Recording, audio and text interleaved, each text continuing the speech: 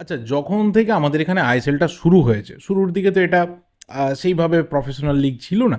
Entertainment লিগের মতো ছিল। ২.৫-৩ মাসের টুর্নামেন্ট হতো। রিটায়ার্ড প্লেয়ার বা ইয়েট টু রিটায়ার্ড বড়, বড় লেজেন্ডারি প্লেয়ারদেরকে নিয়ে এসে খেলানো হতো। কোথাও ফুটবলটাকে ফ্যান এনগেজমেন্টের একটা রাস্তা হিসেবে দেখা হয়েছিল বা একটা বিজনেস মডেল হিসেবে দেখা হয়েছিল। যেভাবে আইপিএলটা চলে, যে বড়, বড় প্লেয়ার আসবে, একটা জাঁকজমকপূর্ণ ব্যাপার হবে যেখানে লাইট সাউন্ডের খেলা হবে, এন্টারটেনমেন্ট হবে, যেটা অ্যাকচুয়ালি আমাদের ইন্ডিয়ান ফুটবলে ছিল না। শুধুমাত্র একটা সাদামাটা গেম হতো। ইভেন যে টেলিকাস্টিং, যে ব্রডকাস্টিং ব্যাপার ছিল, সেটাও খুব লিমিটেড ছিল। তার কোয়ালিটি ভীষণভাবে পুয়ার ছিল। সেখানে খুব বেশি খরচা করা হতো না।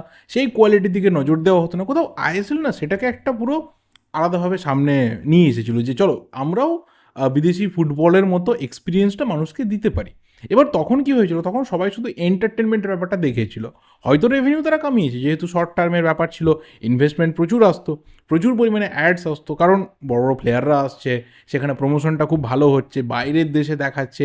একটা সময় আমরা র্যাঙ্কিংয়ে খুব ওপরের দিকে চলে গিয়েছিলাম। শোনা গেছিলো যে এই যে টিভি শেয়ারিংটা রয়েছে বা টিআরপি যেটাকে বলা হয়, সেই রেটিং অনুযায়ী নাকি স্পোর্টসের যতগুলো টুর্নামেন্ট রয়েছে, পপুলারিটির দিক থেকে, ফ্যান এনগেজমেন্টের দিক থেকে আমরা নাকি ওয়ার্ল্ডে 17th র্যাঙ্কে পৌঁছে গেছি।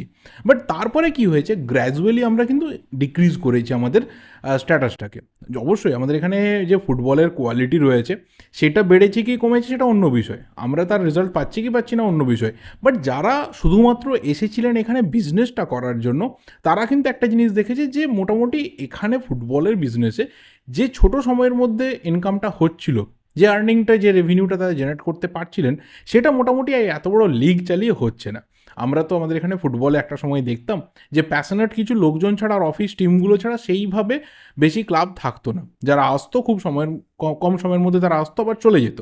খুব কম টিম রয়েছে ফ্র্যাঞ্চাইজি টিম হয়ে বা প্রাইভেট টিম হয়ে, ব্যক্তি মালিকানাধীন টিম হয়ে কন্টিনিউয়াসলি টিকে গেছেন, সেই সংখ্যাটা কিন্তু কম। তারাও আজকে মোটামুটি সাস্টেন করতে প্রবলেম করছেন। কিন্তু আইএসএল আসার পর একটা তো রাস্তা তৈরি হয়েছিল যে ফ্যানরা কিন্তু ফুটবলটা দেখতে আসছে। যে ফ্যানরা শুধু ক্রিকেট দেখতে যেত, তারা ফুটবলটাকেও প্রায়োরিটি দিচ্ছেন, বিদেশি ফুটবলের পাশাপাশি ইন্ডিয়ান ফুটবলটাকেও তারা দেখছেন। কিন্তু তারপরে যে জিনিসগুলো সামনে আসতে শুরু করে, যে আদৌ কি এই টিমগুলো তারা রেভিনিউ জেনারেট করতে পারছে সাস্টেন করার জন্য, পরবর্তী সিজনে টিম বিল্ডিংয়ের জন্য বা তাদের নিজেদের পার্সোনাল মোটিভেশনের জন্য, তখন একটা সময় সামনে আসে যে সেই অ্যান্সারটা হচ্ছে না।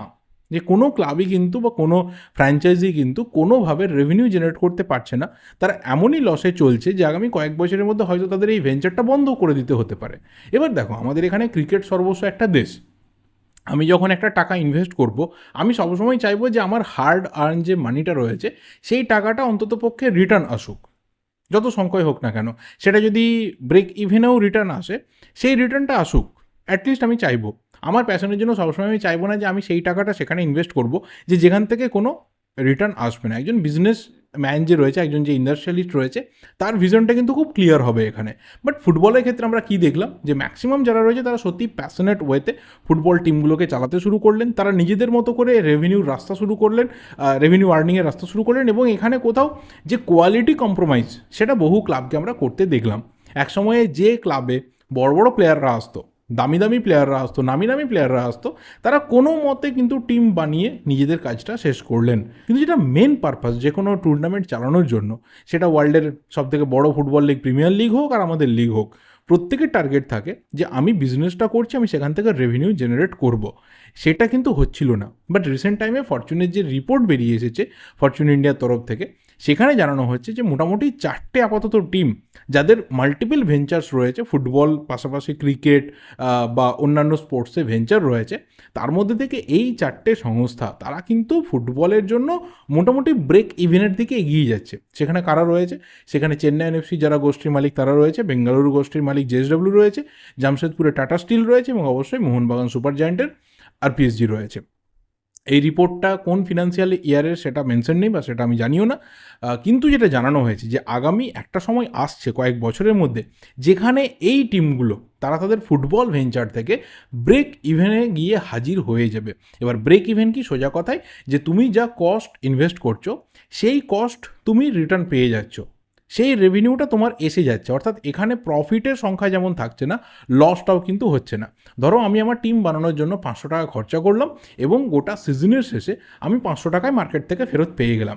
মানে সোজা কথা, আমি যেটা ইনভেস্ট করছি সেটা আমি ফেরত পেয়ে যাচ্ছি। এই স্ট্যাটাসে কিন্তু এই 4টে টিম আপাতত এসে যাচ্ছে, হয়তো আরও কিছু ক্লাব এসে যাবে। এবার আমাদের এখানে না এই ফুটবলের বিজনেসের যে মডেল রয়েছে, যে মডেলে ফুটবল বিজনেসটা চলে, সেটা খুব ডিফিকাল্ট একটা মডেল। এখানে একটা প্রথমে ফ্র্যাঞ্চাইজি ফি জমা দিতে হয়, এটা সেটা রয়েছে। এখানে প্রপার যে রেভিনিউ শেয়ারিং, সেই রেভিনিউ শেয়ারিংয়েরও যে মডেল রয়েছে, সেই মডেল ঠিকঠাক না। বারবার করে টিমগুলো বলে যে আমাদের সাস্টেন করার জন্য রেভিনিউ শেয়ারিংটা বাড়াও, যেখানে এফএসডিএল বারবার সেটাতে বাধা দেয়।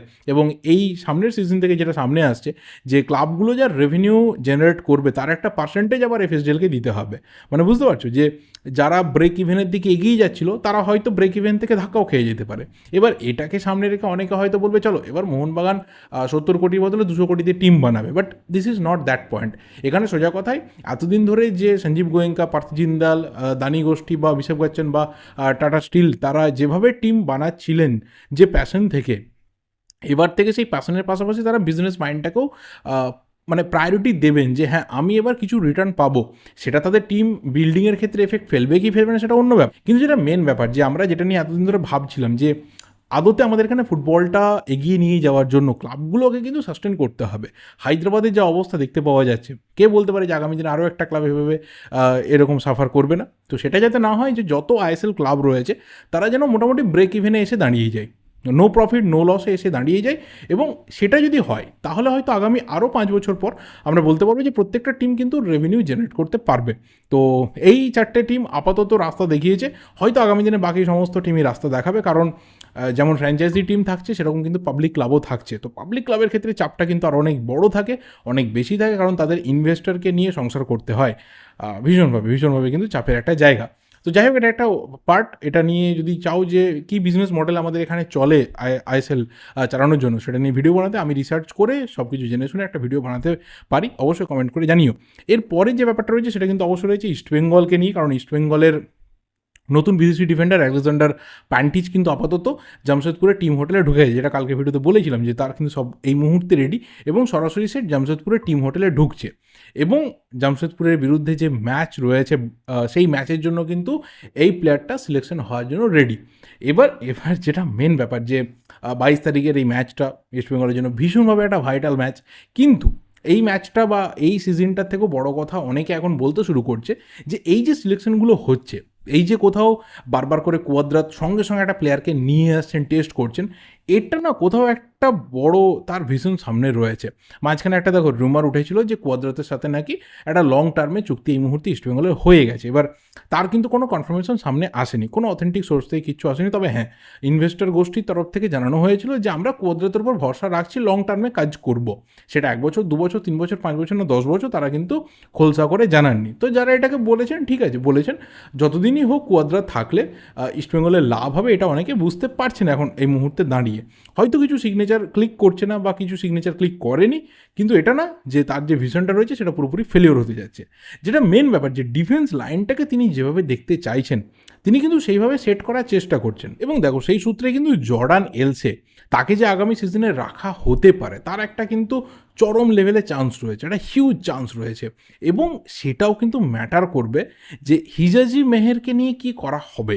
কারণ হিজাজি মেহের আপাতত যে ফর্মে রয়েছে, যদি বিদেশ থেকে অন্য কোনো ক্লাবের অফার আসে তাহলে অন্য ব্যাপার। যেভাবে আমরা ইয়াসের হামেদের মতো প্লেয়ারকে চলে যেতে দেখলাম নর্থ ইস্ট ইউনাইটেড এফসি থেকে ইজিপ্টের একটা লিগে, তো মিডল ইস্টের প্লেয়ারদের কিন্তু অফার ভালো আসে।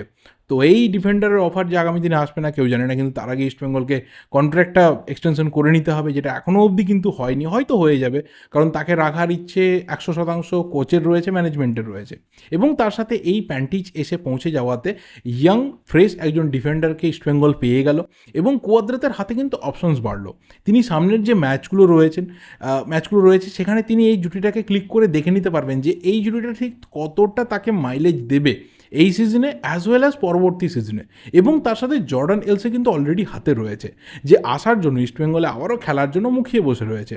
সেটা অবশ্যই ডিপেন্ড করবে যে এই দুজন ডিফেন্ডার তারা কন্টিনিউ করবে না কোনো একজনকে পরিবর্তন করে তাকে নিয়ে আসা হবে। ডিফেন্স লাইন যেটা ইস্টবেঙ্গলের জন্য গত কয়েক সিজনে ভীষণভাবে একটা চাপের জায়গা ছিল, সেই ডিফেন্স লাইনকে, বিশেষ করে বিদেশি প্লেয়ারের যে ডিফেন্স লাইন, সেই লাইনটাকে আপাতত কুয়াদ্রাত কিন্তু সেট করতে চাইছেন। সেটা সেট করে তিনি জুলাই মাসে এএফসি চ্যাম্পিয়ন্স লিগ 2 এর যে কোয়ালিফিকেশনস পর্বের ম্যাচ রয়েছে সেখানে তিনি জিতে চাইছেন। তবে হ্যাঁ, এর সাথে আমি অ্যাড করতে চাই যে বিদেশি প্লেয়ার তো ঠিক আছে, সিলেকশন ভালো হচ্ছে, হয়তো কেউ কাজ করছে কেউ কাজ করছে না, কিন্তু এর সাথে মাথায় রাখতে হবে যে ইন্ডিয়ান প্লেয়ারদের যে পুলটা রয়েছে সেখানে কিন্তু অনেক কটা চেঞ্জ লাগবে। কারণ যদি তোমার টার্গেটটা বড় হয় তাহলে এই নিশু কুমার, রাকিব, এই মান্দার রাও দেশাই, এই অজয় ছেত্রী, এদের নিয়ে তুমি বড় কিছু করতে পারবে না। তার জন্য কিন্তু তোমাকে আরও বেটার প্লেয়ার সিগনেচার করাতে হবে, এবং সেখানে যারা ইনভেস্টর গোষ্ঠী রয়েছে অর্থাৎ ইমামি সংস্থা, তাদেরকে কিন্তু ভালো রকম এখানে ইনভেস্টমেন্ট করতে হবে। তারপরেই কিন্তু আলটিমেট যে পুলটা তৈরি হবে বিদেশি প্লেয়ার এবং ইন্ডিয়ান প্লেয়ারদের নিয়ে, তাদের নিয়ে ইস্টবেঙ্গল একটা বড় স্বপ্ন আবারও এফসি কম্পিটিশনসে দেখতে পারে। সো যাই হোক, মোটামুটি এইটুকু বিষয় বলার ছিল। এই ভিডিওটা এই অবধি। ভালো লাগলে লাইক করো, কমেন্ট করো, শেয়ার করো, তোমাদের যা যা ওপিনিয়ন রয়েছে অবশ্যই কমেন্ট বক্সে জানাতে থাকো। দেখা হবে পরের ভিডিওতে। Till then subscribe the channel যদি নতুন হয়ে থাকো। Thank you, goodbye and good night.